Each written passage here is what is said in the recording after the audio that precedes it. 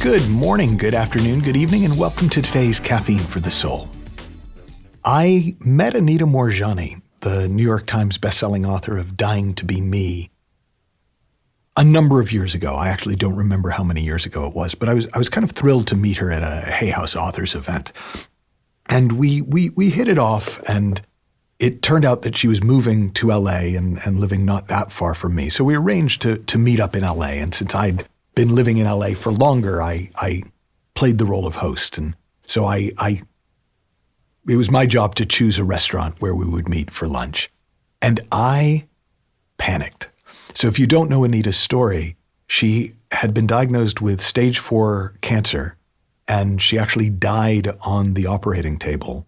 And during that death experience, she experienced it almost, I just encourage you to get the book Dying to Be Me if you haven't read it, but she had an extraordinary experience that is inexplicable by traditional means. And it led to not only her having a completely different experience of life, but literally when she came back, the cancer was gone, a spontaneous remission, as they call it. And because I'd been around people who'd had cancer, and I knew that most of them, there were certain foods that are considered to be, cancer feeding foods, and I didn't know what her diet was. I spent a lot of time trying to find a restaurant that kind of had everything from, so that there'd be something for her to eat. And we met at the restaurant, and we were having a lovely time. And I mentioned at a certain point, I said, honestly, I stressed a lot about choosing a restaurant because I wanted to be sure to, find something that would have food that you were okay to eat. And she just looked at me and she said, "Oh, the only thing I don't eat is fear." And I laughed and I was like, "Okay, tell me more." And she said, "Well, I've learned that what is really harmful to the body is fear. And so I don't do it as best I can. So being scared about, well, if I eat this, will it bring the cancer back? If I eat that, what I'm really eating is that feeling of fear, and that doesn't taste good. That's bad for me." So what, and now I'm putting words in her mouth, so I won't continue as though this was the actual conversation. But what I took from the conversation beyond that was the feeling that she ate in to her was much more important than what she ate. And it was fascinating to me because I'd spent a lot of time studying food, diet, and I'd worked as a developmental editor on the most successful weight loss book in British history called I Can Make You Thin by Paul McKenna. And when Paul and I worked on that book, I had done a ton of research to check out some of the sciencey bits. And at the core of the book was what Paul calls the 4 golden rules, which are: eat when you're hungry, eat what you actually want, not what you think you should, enjoy every mouthful, stop when you're full. And when people follow the golden rules, the reason that book is sold, I think it's like 7 million copies now, is because it works. When people follow the 4 golden rules, they lose weight, they get healthier, and there are a few other guidelines, but really very few. Drink water and, go for a walk every now and again are pretty much the only other rules. But after talking with Anita, I realized that the 4 golden rules are just how you would eat if you didn't have fear, if you weren't scared of eating, if you didn't scare yourself with the possible consequences of, if I eat this, I'm going to gain weight, and then I'm going to be unattractive, and then my partner's going to leave me, and then I'm going to be alone, and I'm going to die under a bridge with a shopping cart. It's how you would eat if you didn't go, if I eat this, then it might cause this disease, and if I had this disease, then I'm going to die alone under a bridge with a shopping. You might not have the alone under a bridge with a shopping cart, but it is surprising how many people that is like their ultimate nightmare scenario. But if you think about it, if you weren't scaring yourself about the possible consequences, why would you ever eat when you weren't hungry? Why would you ever eat something you didn't want to eat? Why would you not enjoy what you were eating, given that you were hungry and eating something you wanted to eat? And why would you keep eating if you weren't hungry anymore? And I started to see that fearless eating is natural eating. It's eating the way we were designed. And there's a study that I think it was actually done in the 1930s, but it was always to me one of the most fascinating studies that we cited in the book, where they took a group of young kids and they gave them 24/7 access to a cafeteria that had every kind of food. So they could eat whatever they wanted, whenever they wanted. And they just followed them for 30 days to see how these young kids would eat.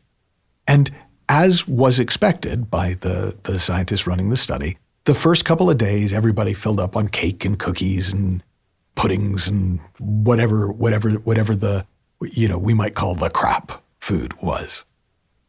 But as the study went on, they noticed that these little kids would just naturally start being drawn to different foods, to vegetables, to salads, to meats, to things that if you were a dietitian, you would probably create a menu that covered most of the things they ate. And what they found is over the 30 days, the kids ate a remarkably balanced diet naturally, without any dietary guidelines or fearful restrictions in their own mind.